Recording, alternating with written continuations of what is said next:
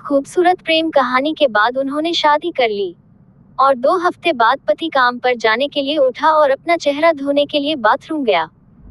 उसने आईने में देखा कि उसके चेहरे पर अलग अलग रंगों से कुछ शिकलें बनी हुई हैं। उसकी सीधी सादी बीवी, बचकाना और मासूम दिल रखने वाली, उसने सोते वक्त उसके चेहरे पर कुछ लिख दिया था। उसने इसे बड़े प्यार से अंजाम दिया था। वो उस पर हंसने के लिए तैयार थी। सुबह वह उसके पीछे दौड़ेगा, उसे पकड़कर उसके गाल पर चुटकी लेगा, फिर उसे कसकर गले लगाएगा और उससे कहेगा कि वो उससे बहुत प्यार करता है। फिर वो दोनों पूरा दिन उसके चेहरे पर हंसेंगे। उस बेचारी मासूम बीवी ने पिछली रात ही ऐसा सपना देखा था, लेकिन उसके पति ने गुस्से में अपना मुंह धोया और फिर किचन में कॉफी पीने के लिए चला गया, जो वह रोज सुबह पिया करता था। उसकी पत्नी आज कॉफी बनाना भूल गई थी, क्योंकि वो उससे थोड़ा सा झगड़ना चाहती थी। अपने पति से कुछ रोमांस की उम्मीदें, जो उसने हमेशा फिल्मों में देखा था और किताबों में पढ़ा था। पर जब उसे कॉफी नहीं मिली तो वो गुस्सा होकर उसके पास आया। वह उस पर चिल्लाया और उसे तब तक थप्पड़ मारता रहा जब तक कि उसने उसे जमीन पर नहीं गिरा दिया और कहा, मैंने तुम्हारे साथ खेलने के लिए शादी नहीं की है। मैं एक आदमी हूँ, छोटा बच्चा नहीं हूँ। मैंने एक परिवार बनाने के लिए तुमसे शादी की है, ताकि सभी की नजरों में एक आदमी बन सकूं। पागल हो क्या तुम? प्यार और रोमांस की कहानियों की तरह जीना चाहती हो? जागो, जागो। तुम किसी फिल्म की हीरोइन नहीं हो। जो कहानियां तुम पढ़ा करती हो वह सब खत्म हो चुकी हैं। कहानियों से घर नहीं बनेगा और न ही खाना बनेगा। ये कहानियां तुम्हारे बच्चों को नहीं पालेंगी। वह बेचारी मासूम बीवी खड़ी रो रही थी और अपने दुपट्टे से अपने आंसू पोंछ रही थी। पति ने उस पर चिल्लाते हुए कहा, आज मैं अपने दोस्तों को लंच पर बुलाऊंगा। मैं चाहता हूँ कि जब वह आए तो सारा खाना तैयार हो जाए। तुम समझ गई ना? और अगर खाने पीने में कुछ कमी रही तो तुझ पर अफसोस हो। वो उस वक्त खुद को ऐसे आदमी के रूप में देख रहा था कि जिसकी पत्नी उसकी इच्छाओं पर चलती है। वो अपनी पत्नी को जख्मी दिल के साथ छोड़कर बाहर चला गया। वह खड़ी इतनी जोर जोर से रो रही थी कि वह ठीक से सांस भी नहीं ले पा रही थी। वह जल्दी से दोपहर का खाना तैयार करने लगी। उसकी आंखों से बराबर आंसू बहते जा रहे थे। पति उस दिन काम पर नहीं गया, अपने दोस्त के घर चला गया। वो सोच रहा था कि उसने जो किया वो सही किया या गलत। वो अपने दोस्त से जाकर सब बताने लगा। आज मैंने अपनी बीवी को ये कहा, ऐसे डांटा, ऐसे मारा।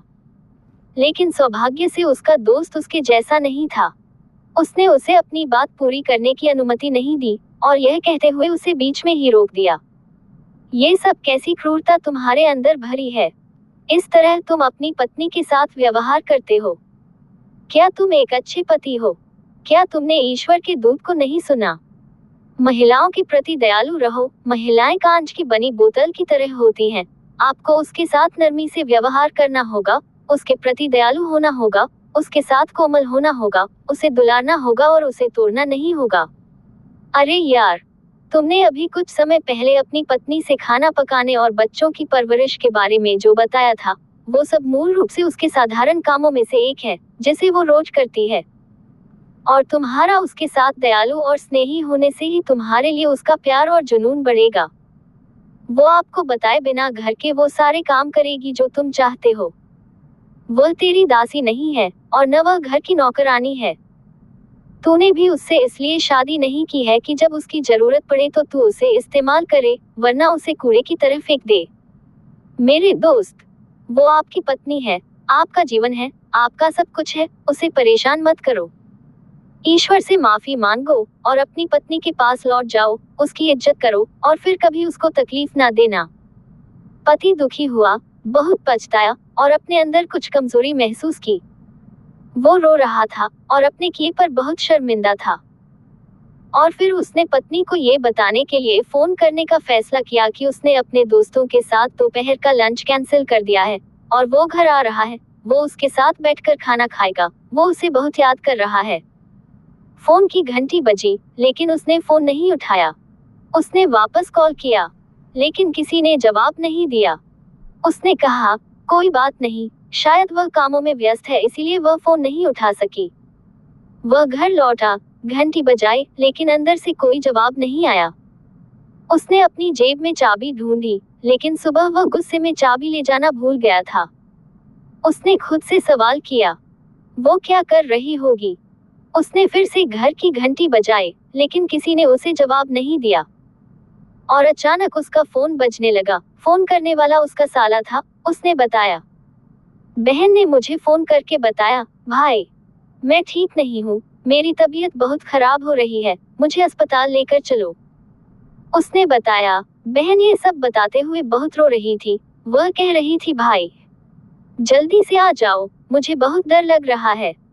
ये सुनकर उसके पति का दिल इस ख्याल से रोक ही गया था कि उसके साथ कुछ बुरा हुआ है। उसने एक टैक्सी रोकाई और अस्पताल चला गया। वहां उसे उसका पूरा परिवार मिला। उनके चेहरे पर उदासी छाई हुई थी। उसने सोचा कि वे उससे गुस्से में मिलेंगे, क्योंकि उसकी पत्नी ने उन लोगों से इसकी शिकायत की होगी। लेकिन थोड़ी देर के बाद उसको लगा कि उसकी पत्नी ने किसी को कुछ भी नहीं बताया है। वह भी उनके साथ इंतजार करने लगा। कई घंटों के बाद डॉक्टर उनके पास आए, सिर झुकाया और उनसे कहा, आई एम सॉरी, हमने बहुत कोशिश की लेकिन हम उसे बचा नहीं पाए। हमें बहुत अफसोस है, वह मर गई है। शाम को पति अपनी पत्नी के भाई से दूसरी चाबी लेकर घर आया। ताला खोलकर घर के अंदर गया तो टेबल को ढका हुआ पाया। उसने टेबल पर से कपड़ा हटाया। टेबल पर बहुत ही स्वादिष्ट व सुंदर तरीके के पकवानों की डिशें लगी हुई थी। उसने फ्रिज के दरवाजे के ऊपर एक कागज लटका हुआ देखा। उसने उसे खोला तो उसमें लिखा हुआ था, मेरे प्यारे पति, आज सुबह जो मैंने गलती की मुझे उसके बारे में बहुत अफसोस है। आप मुझे माफ कर दो। मैं आपसे बहुत मोहब्बत करती हूँ।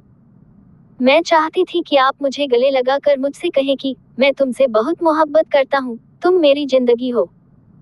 लेकिन मैं अपने चुलबुलेपन की वजह से नहीं समझ पाई कि आप मेरी इस हरकत पर बहुत गुस्सा हो जाएंगे। मैं आपसे वादा करती हूँ कि अब मैं कभी आपको परेशान नहीं करूंगी। मुझे उम्मीद है कि आपके दोस्तों को खाना बहुत पसंद आएगा। ये उस आदमी के लिए शर्म की बात है जो अपनी बीवी से प्यार तो करता है लेकिन ये भूल जाता है कि उस पर दया करना और उससे मोहब्बत करना ईश्वर ही का एक आदेश है। अपनी बीवी को याद रखो, घर जाओ तो मुस्कुराओ, तुम्हारी बीवी भी मुस्कुराएंगी। और मुझे पता है कि एक खुशहाल घर बनाने के लिए धैर्य, ईमानदारी और प्रेम की आवश्यकता होती है।